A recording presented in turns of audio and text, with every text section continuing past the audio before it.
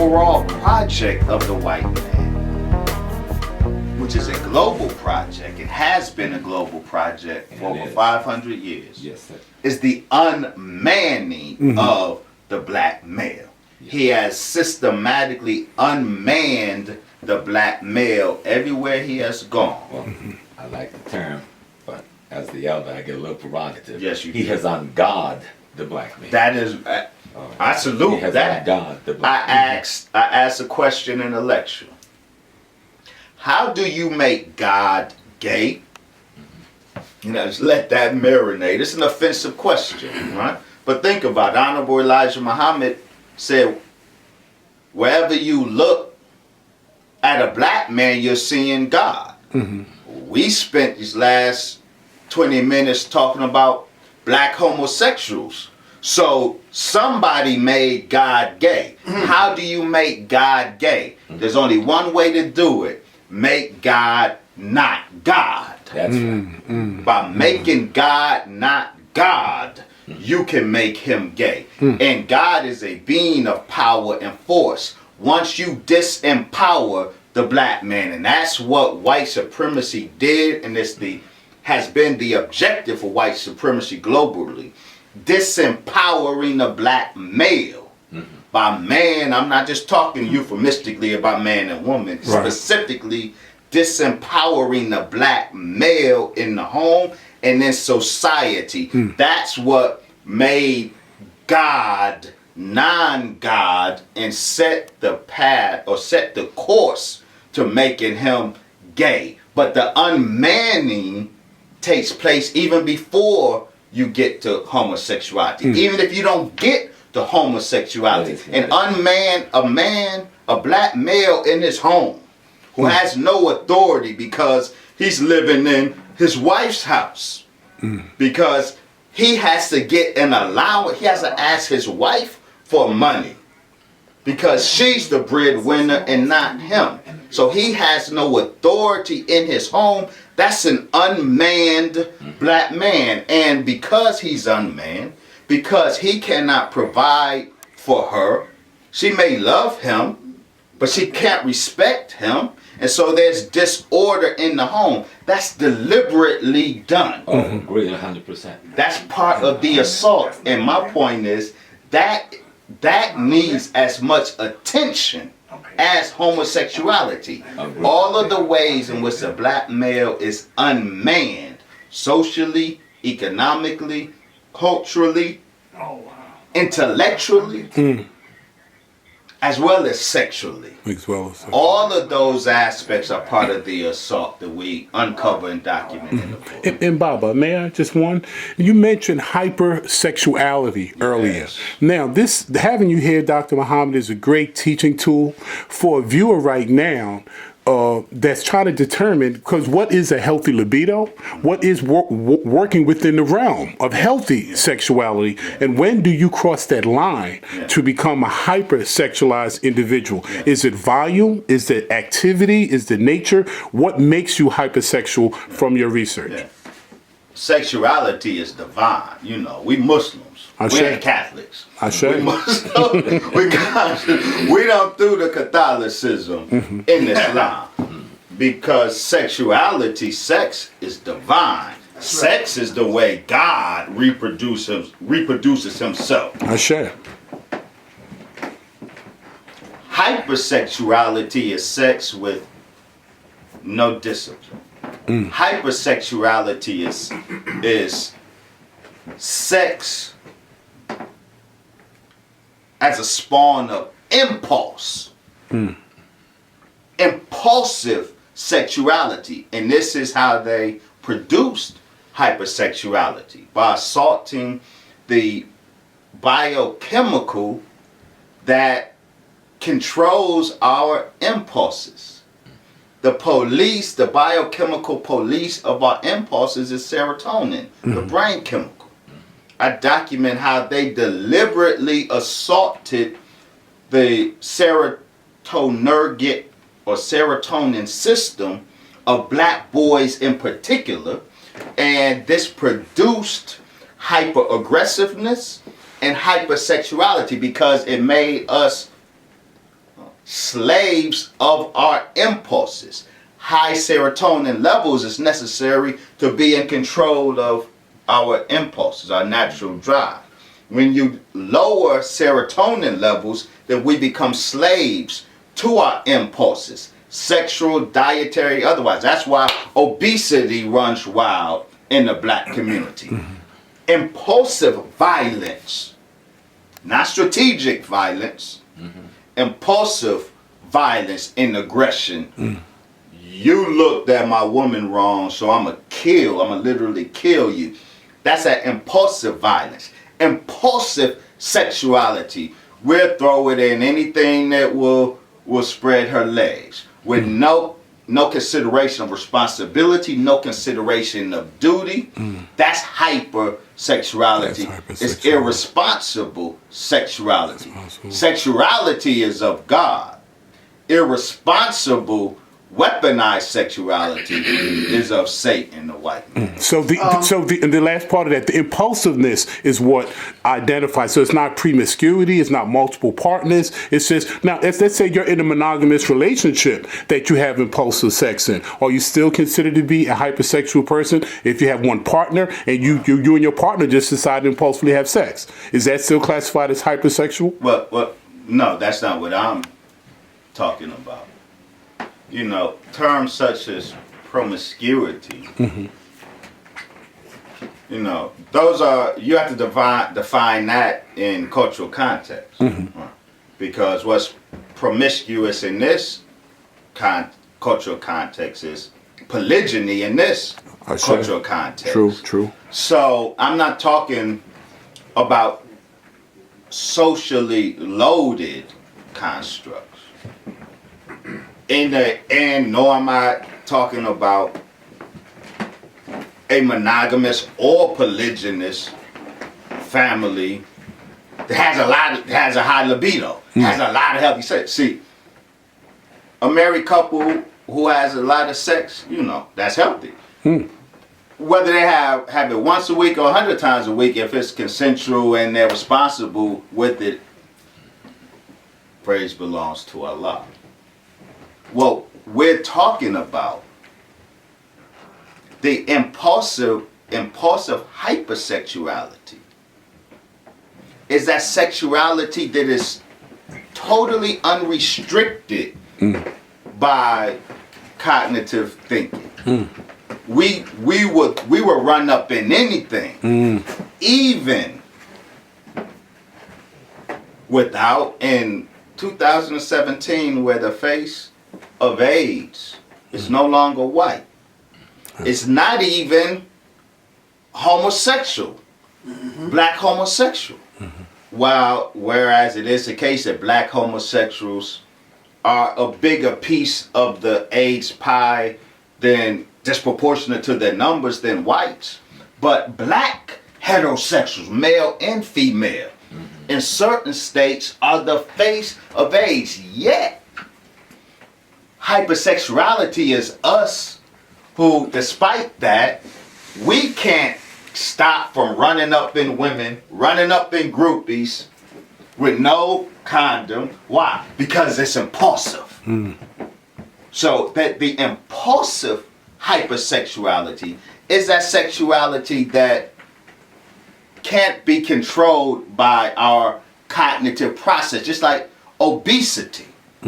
When we are victims of our food diet, even though we know that this thing we're participating in may kill us, we're obese.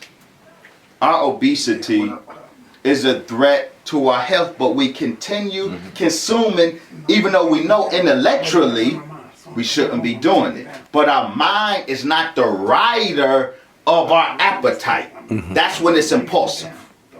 In a married couple that just has a high libido, that their high libido doesn't mean that they are having sex because their mind isn't riding their sex drive. They're consensual adults married. They just like to enjoy each other like that. That's very different from the impulsive hypersexuality, like the impulsive hyper-aggressiveness is engaging, surrendering to these appetites and drives unable to control them by our cognitive process, our thinking.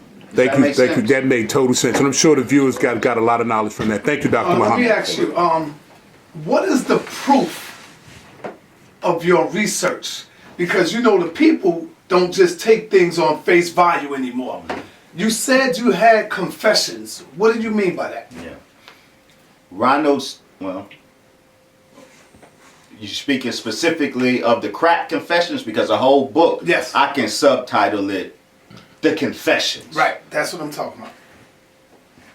Specifically regarding crack cocaine. Right, that's Ronald Siegel. Ronald Siegel is the Johnny Appleseed of crack cocaine.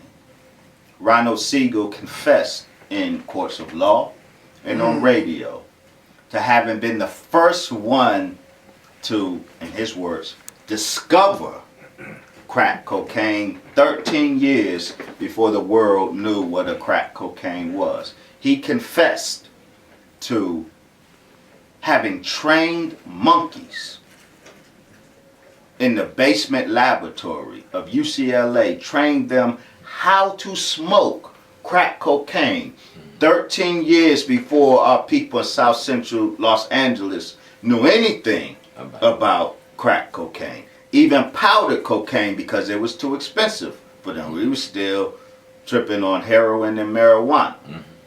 Ronald Siegel is important because Ronald Siegel, the Johnny Appleseed of crack cocaine by his own confession, he's a protege of a very important devil, Dr. Lewis Jolyon West, or Dr. Jolly West, who was the Lord of UCLA neuroscience and psychiatry. Ronald Siegel was his protege. Dr. Jolly West's biggest claim to fame is he was an official, what they call CIA doctor. The CIA doctors were the doctors who weren't in the direct employ of the CIA, but were funded by the CIA to do civilian research on behalf of the CIA. Dr. Jolly West did most of his career, he did research on behalf of the CIA. His research targeted black men. Dr. Jolly West was the first white scientist who infiltrated the sit-ins of the 60s. He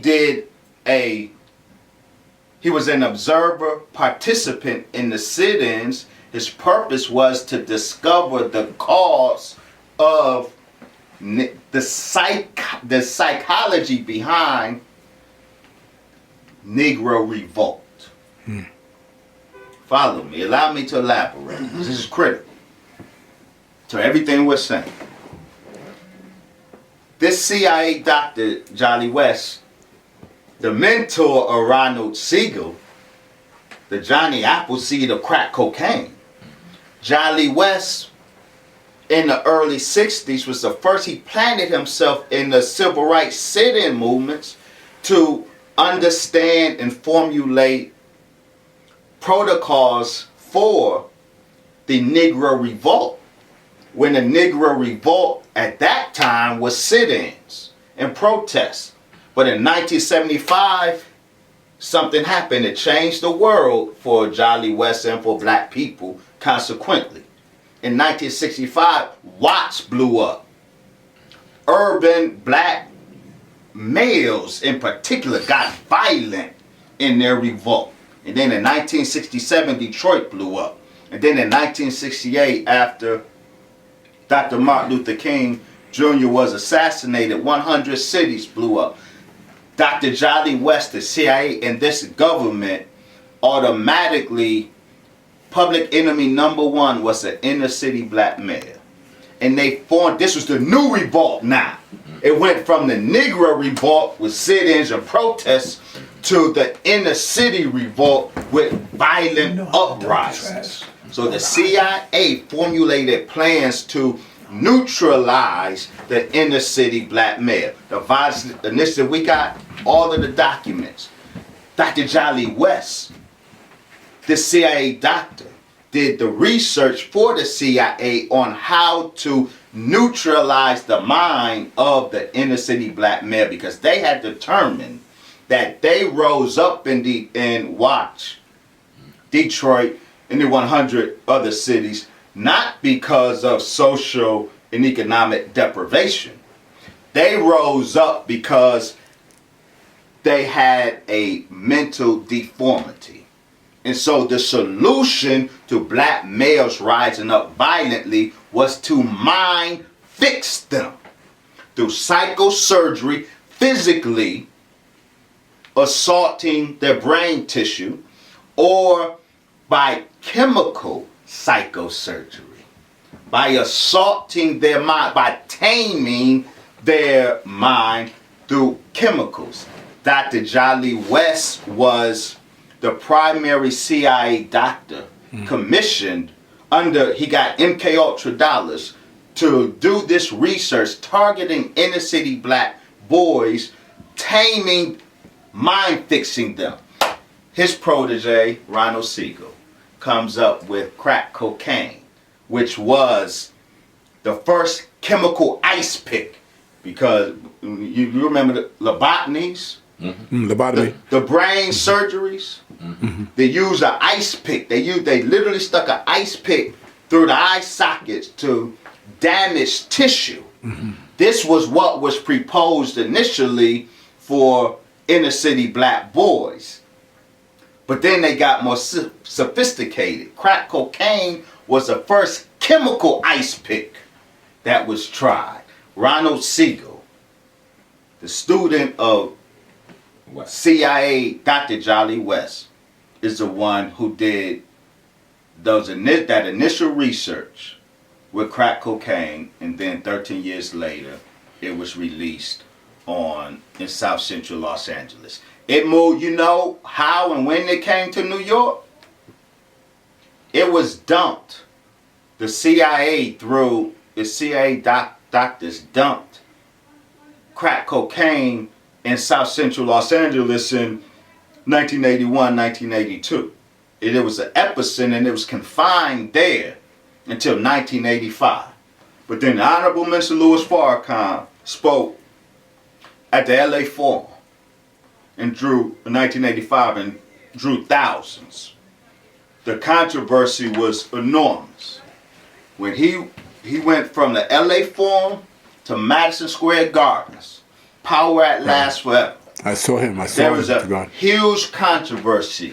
Everybody, all of the officials in New York did everything they could to shut Farrakhan down and disconnect what was looking like this magnetic connection between Louis Farrakhan and black youth.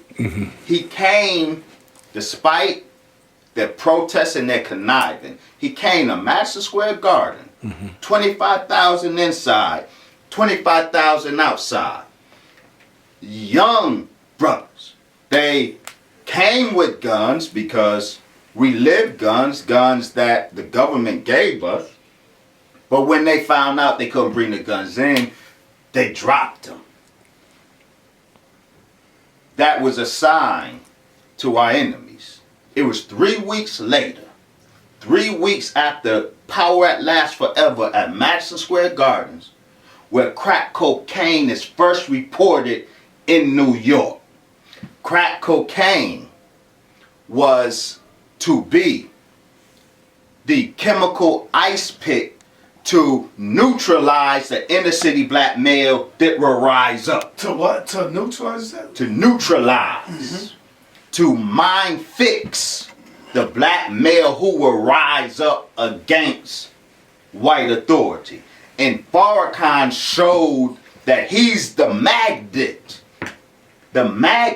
for those young black men who will be galvanized to rise up. And that's why when after the Madison Square Garden demonstration, they migrated the crack apocalypse. It was silent in South Central Los Angeles from 1981 to 1985. It was reported because it was licit, it was permitted. South Central Los Angeles was quarantined as the experimental zone. But the demonstration at Madison Square Gardens by the Honorable Mr. Louis Farrakhan, the evidence that he was the one around whom inner city black males could gravitate and get inspired to rise up. 3 weeks later, they migrated crack cocaine from South Central Los Angeles to New York. I document all of the confessions. Can I see? See, though you know how I do. I do footnotes and bibliography. So everything that we say is documented. We give the footprints for you to follow. But we got Ronald Siegel's audio confession, and we have his confessions in court of law where he an expert testimony, an expert witness in cases, and during those testimonies he confesses. But he wasn't, here's my confessing, he was bragging about having trained monkeys to smoke crack cocaine 13 years before the world knew what crack cocaine was. But Right. all Now, the hold monkeys up. there. I got a follow up. Professor Smalls, you want to go before I follow up? No, go ahead. Okay, so you said white supremacy was behind this. What do you mean by that? Yes, and that's important. Right. I was thinking when Dr. Frances Cress Welsing, may Allah be pleased with her, she educated all of us on whites' fear of genetic annihilation. In the American context, the same circle of UCLA scientists who was behind ultimately the crack holocaust. Those same scientists during the same period in the 80s innovated or contributed to and advanced what's called dominance hierarchy studies. For black folks, everything is about rights. Let me say, for the Negro, everything is about rights. Civil rights, human rights, all of this. But for the white man, everything is about power. And the dominance hierarchy studies were the scientific studies on dominant male groups and subordinate non-dominant male groups. They scientifically study what makes dominant males dominant. Is there something about them? And they discovered that there's a biochemical profile for a dominant male, a biochemical profile that inclines one to a certain set of behaviors that facilitates dominance. They discovered that there's a biochemical profile of non-dominant males.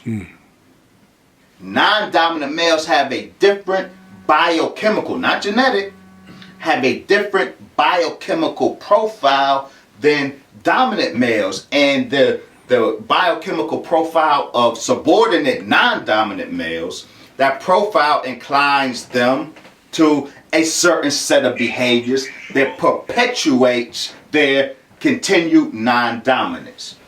They, Brother Sanetta, they deployed or they came up with protocols on how to keep dominant males dominant and subordinate males subordinate. I say all this to your question. All of the assault is about power. It's about power. We want sex, we want this, we want rights, we want fame, we want everything but power. The white man is willing to give us sex, give us guns, give us rights, give us all that, but not power. White supremacy globally and locally is about power. So the whole point of the assault, he will continue giving us rights. He'll make us agitate for a little bit, so that when he finally gives it to us, we feel like it was a victory. Right. That's his hustle. Right.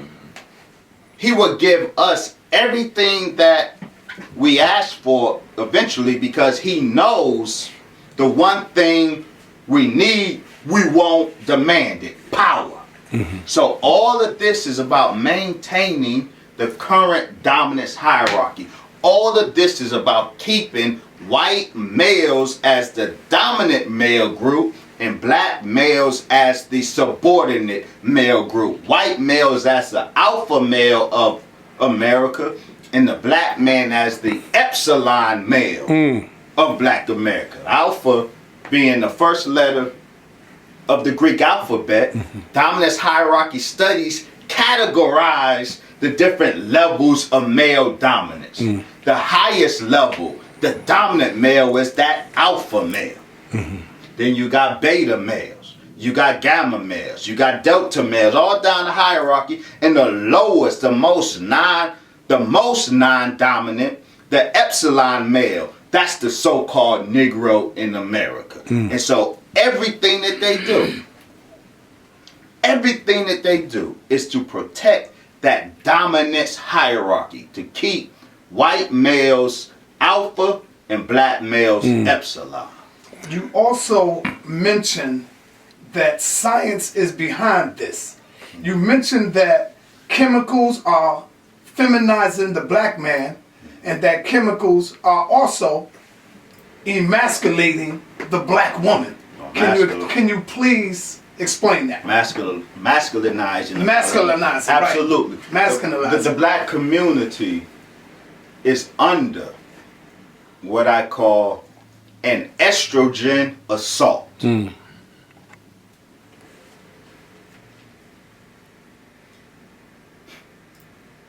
All the gun clapping in the black community, that's actually not a manifestation of hyper-masculinity. Or the gun clapping in the black community is a manifestation of the feminization of the black community. We clap guns because ain't nobody fighting anymore. That's true. Right. Because niggas scared to fight. Exactly. Niggas scared to fight. And niggas can't fight. But it's easy to shoot. Any nigga can pull a trigger from a distance. We don't know how to shoot, so that's why we kill all these babies. Most of the babies, you know, the shooter, we later bawling in tears because it wasn't his intended target. Nigga just can't shoot. And he's gonna be at a distance because he's afraid to fight. All of the gun clapping is evidence of the feminization of the black community. And it's evidence of the estrogen assault on the black community. What do I mean by the estrogen assault? Estrogen, of course, is a female hormone. Yes. Testosterone, the the male hormone. Testosterone isn't a libido hormone. White folks trivialize that, make it a sex hormone when they know that testosterone is a power hormone. It's a dominance hormone. It's only secondarily related to libido and sex drive. It's primarily related to the drive for power. High testosterone inclines toward a drive, it feeds a drive for power in males. All men have estrogen in us. It's a balance, but it's minimal. Just like all women have some testosterone, but it's minimal. The black community is under an estrogen assault. How? The alcohol and the weed. 3 primary culprits. Weed, alcohol, and a birth control pill. Weed, alcohol, birth control pill.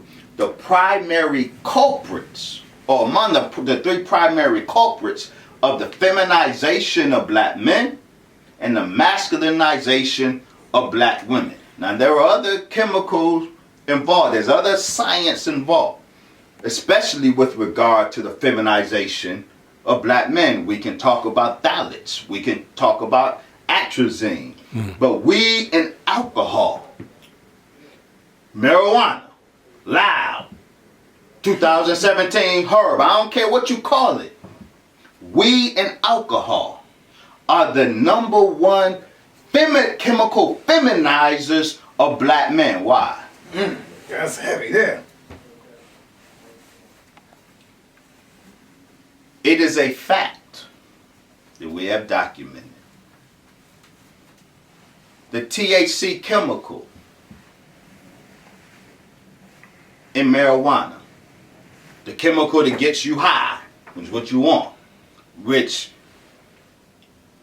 it ain't holy if you taking a herb to get high.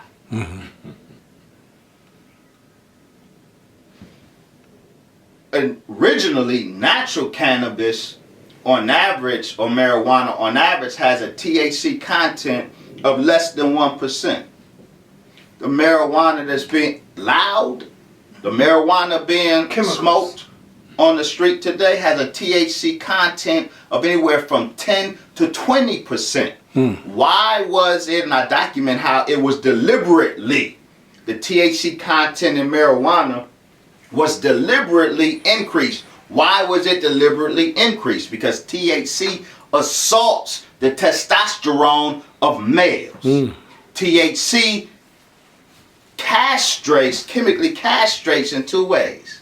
It castrates the black man's mind, and it castrates the black man's his higher potency and his lower potency. Because THC not only lowers existing testosterone levels, it inhibits the production of testosterone. So black men have lowered testosterone. That's why there is no drive for power. That's why we happy with not real money, but crummy money. We're happy with fame. We're happy with rights. We're happy with this. And we have no desire for power because our testosterone system is lower. Now, normally when you see when you see a nigga lighting up, he's also throwing something back too. Got the weed in one hand and a bottle in the other. That's a double assault on your masculinity, because while that THC in the joint you smoking is lowering your testosterone level, the alcohol, we now know, alcohol exaggerates the natural long-term use of alcohol. Artificially stimulates a natural process in a man's body. That natural process is aromatization. All men, like I said, all men have a natural amount of estrogen in us, a female hormone. The estrogen that we have is metabolized from or produced from testosterone. Some of our testosterone converts to estrogen naturally. That's the source of the natural amount, small amount of estrogen that men have. That process of converting some testosterone to estrogen is a process called aromatization, because it's facilitated by an enzyme called aromatase. I hope I didn't lose. No, I'm rolling. What long-term use of alcohol does, what chronic use of alcohol does, is artificially stimulate the process of aromatization.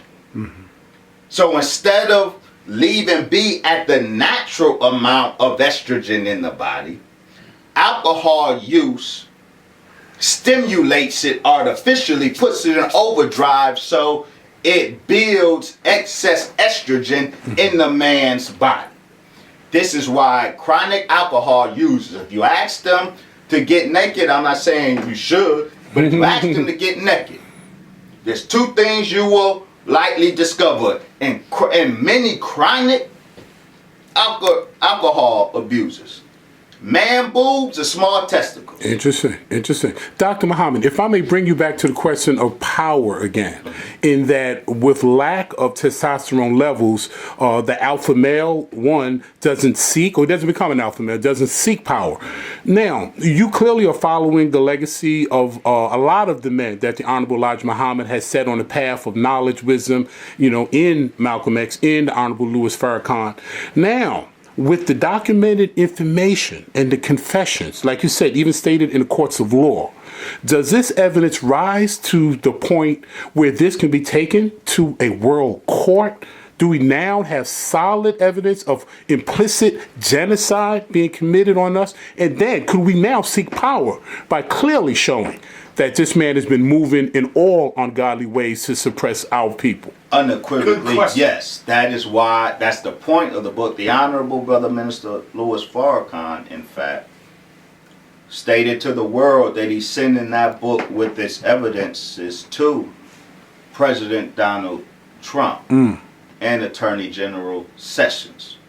He's sending the book to the White House for them to study before they pursue the course that Donald Trump has been threatening to roll up in Chicago. Because what we document irrefutably, which will stand up in the world court, we're taking it to, that's why we're sending it to the White House, bringing it to their attention. We're making this a matter of global consciousness. Because we document the origin of the inner city carnage. It wasn't self-created. The government, Donald Trump, Donald Trump he's never been a politician. So he never had the privilege of sitting in the briefings, either on the state or federal level. So there's things he just don't know. He doesn't know that the government that he is now CEO of deliberately, scientifically created the carnage in Chicago, in Detroit, and elsewhere, that he now is threatening black people with federal troops. So the minister said he's going to send the book with this documentation to the White House for them to study before they decide to move on our people in Chicago. So unequivocally, yes, we are prepared. We have the documentation to take the case to the world court, to Congress, to the White House, to Switzerland, the world court. We are prepared to take the case. But I want to put the footnote on that. Weed and alcohol. Yes. And then I'm going to get to the birth control pill, the masculinization of the black woman. Weed and alcohol are the two greatest assaulters of black male masculinity. That weed reduces testosterone, that alcohol increases estrogen. That's why black men are so doggone emotional and impulsive. That's part of the feminization. Black women, the Most Honorable Elijah Muhammad told us that the birth control pill was genocide. He said that the birth control pill was designed to keep the black family. It was an assault on the black family. Now we know why. Not just because, you can't get pregnant, but the birth control pill masculinizes women. How does a birth control pill masculinize women? Most birth control pills have high levels of estrogen in them. What they learned was, while excess estrogen feminizes men, excess estrogen masculinizes women. Women have their set amount of estrogen levels. Excess estrogen doesn't make them excessively feminine, except in the sense that, you know, and the metaphor, the man traveled so far north, he ended up south. Excess estrogen masculinizes women, subtly, but definitely. And so you have all of these hardened women, because birth control pills are peddled first in the city. And so black women are consuming all of this excess estrogen. And it's masculinizing our women. It's a fact. Our women are harder and colder, and it's not just the burden of having had to wear two hats for so long. You know, mama and daddy, that has contributed, no doubt. But a lot of the masculinization that we witness among our sisters is as chemically induced as is a lot of the feminization in the black men. And so both of these, this is an estrogen, these are 3 examples of the estrogen assault on the black men.